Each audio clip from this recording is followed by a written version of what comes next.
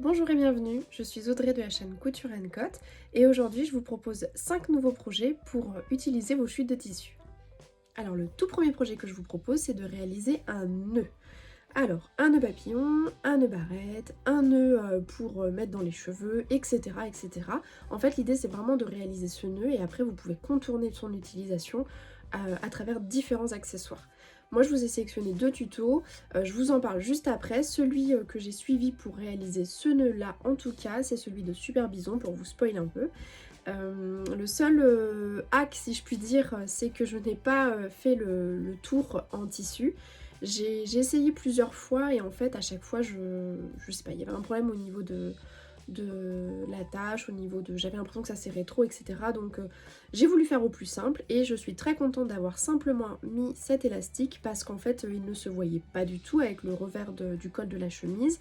Et puis il me sert encore aujourd'hui parce il est adaptable, il est réglable, donc ce nœud, je l'ai réutilisé pour d'autres occasions et j'en suis très contente et c'était encore plus simple à réaliser.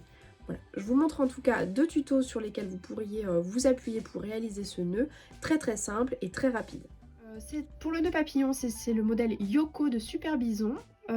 C'est un modèle qui est gratuit sur leur site. Vous avez, je crois qu'il faut vous inscrire et ensuite vous pouvez télécharger donc le modèle. Et encore j'ai un doute. Mais en tout cas ça c'est sûr, il est offert. Très bien expliqué. Tuto vous voyez 5 minutes 20, c'est très rapide donc franchement allez-y. Et le deuxième tuto que j'ai réalisé pour aussi il a un nœud, c'est un nœud barrette, cette fois-ci c'était pour une petite fille.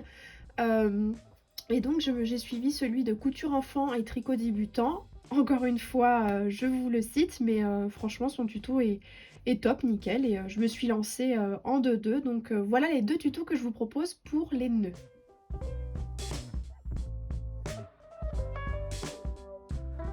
Alors le deuxième projet que je vous propose c'est de réaliser un porte-monnaie origami.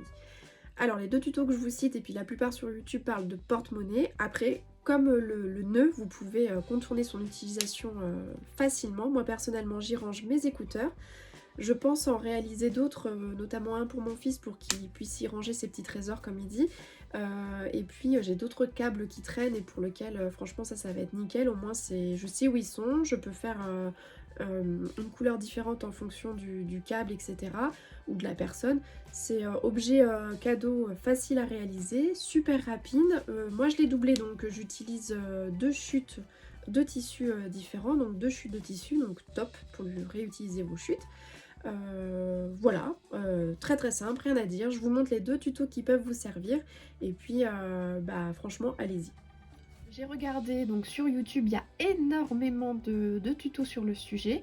Je me suis arrêtée sur à la base 3, mais en fait il y avait encore couture enfant et tricot débutant. Donc je me suis dit que non, j'allais mettre en avant deux nouvelles youtubeuses que je n'avais peut-être pas encore citées je pense jusqu'à présent. Donc c'est le tuto de Atelier Alaska DIY couture débutant que vous voyez tout en haut et le tuto de Madalena Couture. Deux tutos super sympas, très bien expliqués.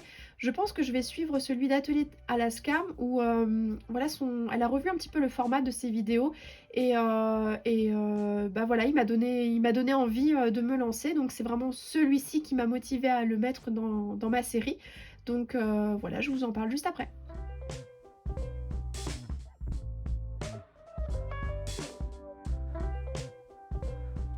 Le projet suivant, c'est celui de réaliser un porte-épingle. Alors, pas un porte-épingle classique, j'étais partie au début dans cette idée-là, parce que clairement, moi, il faut que je refasse le mien aussi. C'est une boule et c'est super pas pratique quand je suis en train de coudre et que je pique mes épingles au fur et à mesure, elles roulent, elles se barrent et donc bref, voilà. Je cherchais quelque chose qui pouvait accompagner ma couture quand j'enlève au fur et à mesure mes épingles et donc je suis tombée sur l'idée de réaliser un porte-épingle pour machine à coudre, donc c'est celui-ci que je vous propose aujourd'hui. L'idée c'est de le positionner tout autour de votre machine, voilà, avec l'élastique. Moi j'ai fait un élastique classique, hein, vous verrez, il y a aussi deux finitions possibles. Comme pour le nœud, j'ai fait au plus simple. Je le glisse tout autour et ensuite il vient se positionner juste ici. Et donc ce qui fait que quand j'enlève mes épingles, pic, je les pique au fur et à mesure. et il est juste à côté de moi, il ne bouge pas et c'est super pratique. Après bien sûr à la fin de mon projet j'enlève mes épingles et je les mets sur ma boule, mais je trouve que les deux pour l'instant se complètent super bien et je suis super contente de ce projet. Double utilité de vos chutes.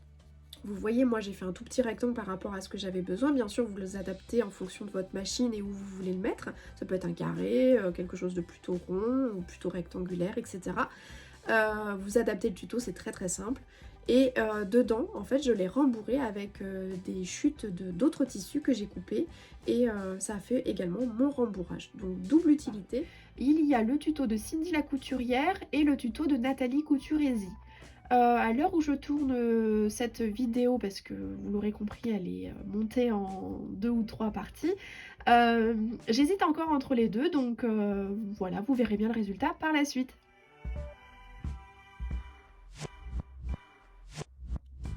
Quatrième projet, avant-dernier de cette deuxième vidéo, c'est la réalisation d'une éponge lavable. Voilà, tout simplement cette éponge, projet très très simple, très très facile, je suis très contente de mon éponge, j'ai hâte de l'utiliser, j'attendais de tourner la vidéo pour pouvoir l'utiliser. Alors moi j'ai utilisé une chute d'un rideau, quand j'ai dû refaire les ourlets des rideaux de mon salon, en fait le tissu est top pour faire ça. Et puis un éponge bambou également, j'avais un bout de forme qui partait en cacahuète, et ben voilà, je m'en sers ici, un petit bout d'élastique pour le rendre super pratique à attacher au robinet ou à d'autres supports. Projet super simple, super facile et encore une fois double utilité. Je l'ai rembourré avec encore des chutes que j'ai coupées et je l'ai rempli en fonction de l'épaisseur que je voulais donner à mon éponge. Voilà. Les deux tutos que je vous conseille aujourd'hui pour réaliser cette éponge lavable, c'est celui de Vanessa Salone, j'espère que, désolée si je le prononce mal, et celui de Sophie de Nice. Voilà, ces deux tutos, vous voyez le timing, hein, 3 minutes 25, 4 minutes 27, super court, très facile à réaliser et puis très utile pour le quotidien à la maison. Alors la cinquième idée pour utiliser vos chutes, c'est de réaliser une guirlande de fanion. Alors, vous allez voir, il y a énormément de vidéos sur cette thématique. C'est une thématique super, je trouve. Surtout, voilà, bientôt c'est l'anniversaire de mon fils, donc je sais que je vais pouvoir utiliser cette idée. Je vous montre celle que j'ai réalisée exprès pour cette vidéo, parce que je n'en avais pas sous la main.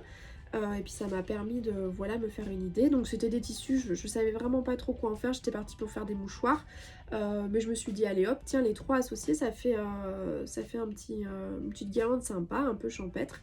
Donc voilà. La plupart des tutos en fait pour réaliser cette guirlande, vous avez besoin de réaliser un triangle mais dans deux tissus. Donc recto verso ou des tissus différents, à vous de bien les associer. Par contre moi par rapport à la thématique d'utiliser vos chutes, j'avais pas de tissu aussi grand pour doubler. Donc en fait j'ai fait juste un triangle simple. Après je me dis que coller contre un mur ça sert à rien d'avoir quelque chose derrière. Donc je trouve quand même l'idée très intéressante. Après, la plupart également utilisent du biais pour faire cette partie-là, la ficelle, que moi j'ai mis plutôt une ficelle, pour le coup, pour rester dans mon thème un peu champêtre. Et puis, j'avais pas non plus X biais, X métrage de biais pour faire une vraie guirlande, pour cette thématique encore une fois. Si j'ai un besoin précis pour un anniversaire, un mariage, etc., bien sûr, je ferai une guirlande beaucoup plus sophistiquée. Mais là, en tout cas, moi, je la trouve sympa, en tout cas, pour vous la présenter aujourd'hui. Donc, pour l'utilisation avec la finition du biais, je vous recommande celui de Elja Couture. Il y en a énormément, hein, certes. Mais en fait, j'ai trouvé sa vidéo super. C'est celle qui m'a motivée le plus à réaliser cette guirlande. Très punchy, hein, comme je vous l'ai dit dans mes vidéos précédentes. Très bien expliqué. Je trouve que l'écartement entre les fanions est nickel. Le pas à pas est très bien expliqué. Donc voilà pourquoi je le retiens pour cette thématique. Et puis le deuxième que je vous propose, c'est celui de la chaîne L'Effet Maison. En fait, j'ai trouvé l'idée très intéressante, ça dure 30 secondes, mais en fait, vous allez vite comprendre la mécanique, et après que vous allez adapter en fonction de vos tissus. Mais en fait, eux, contrairement à beaucoup d'autres tutos, il n'y a qu'un seul tissu. Les autres fanions dans les autres vidéos sont doublés. Il y a un tissu recto et un tissu verso. Dans celui d'Effet Maison, non, il n'y a vraiment qu'une seule chute. Donc je me dis qu'on a souvent des chutes qui traînent et peut-être pas assez pour faire le recto verso. Donc j'aimais bien leur idée de réutiliser qu'un seul côté.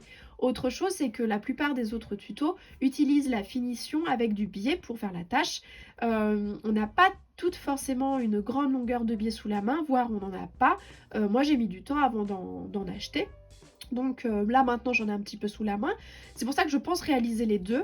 Mais j'aimais bien l'idée d'Effet Maison qui finissent le projet avec de la ficelle lambda que vous pouvez avoir à la maison plus facilement. Et aussi donc eux par contre dans leur tuto vous allez voir ils font un repli en haut du fanion et ils collent. Moi j'ai pas de colle à tissu donc personnellement je pense finir avec une couture. Ce sera au final sûrement la seule couture du projet. Mais voilà, je pense que l'idée est très intéressante et à creuser.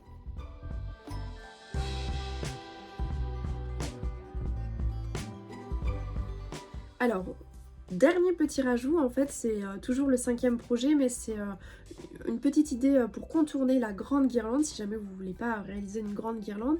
Et c'est surtout que je trouvais l'idée super sympa. En fait, quand j'ai passé commande auprès d'une créatrice, je crois que pour une trousse de toilette, au moment où je faisais pas encore de couture, j'avais gardé sous la main un petit truc qu'elle avait glissé dans l'emballage. C'est toujours sympa quand vous commandez des tissus ou des cadeaux et on vous met un petit plus. Je trouve ça toujours cool. La fille qui en demande toujours plus. Et enfin bref, elle avait réalisé une guirlande. En fait, c'était sur ce format-là. En fait, j'ai simplement, entre guillemets, copié l'idée de réaliser des triangles que j'ai crantés pour leur donner une finition un peu plus sympa. Qu'est-ce que j'ai fait d'autre? J'ai simplement superposé les deux bouts des triangles et puis j'ai fait une couture au point droit tout au bout. J'ai laissé du fil au début et à la fin pour pouvoir facilement l'accrocher. Je vous le montre une photo posée sur une porte. Bien sûr, ça restera pas sur la porte, mais voilà, pour une petite étagère, etc. Pour mon petit bureau, mon petit coin couture, je trouve que c'est un petit plus. Là, j'ai utilisé qu'un seul tissu, mais vous pouvez bien sûr réaliser avec plein de chutes de tissus, de projets que vous avez eu plaisir à coudre. Donc je trouve que pour garder un petit souvenir de nos cousettes, de nos tissus en tout cas, je trouve l'idée assez sympa.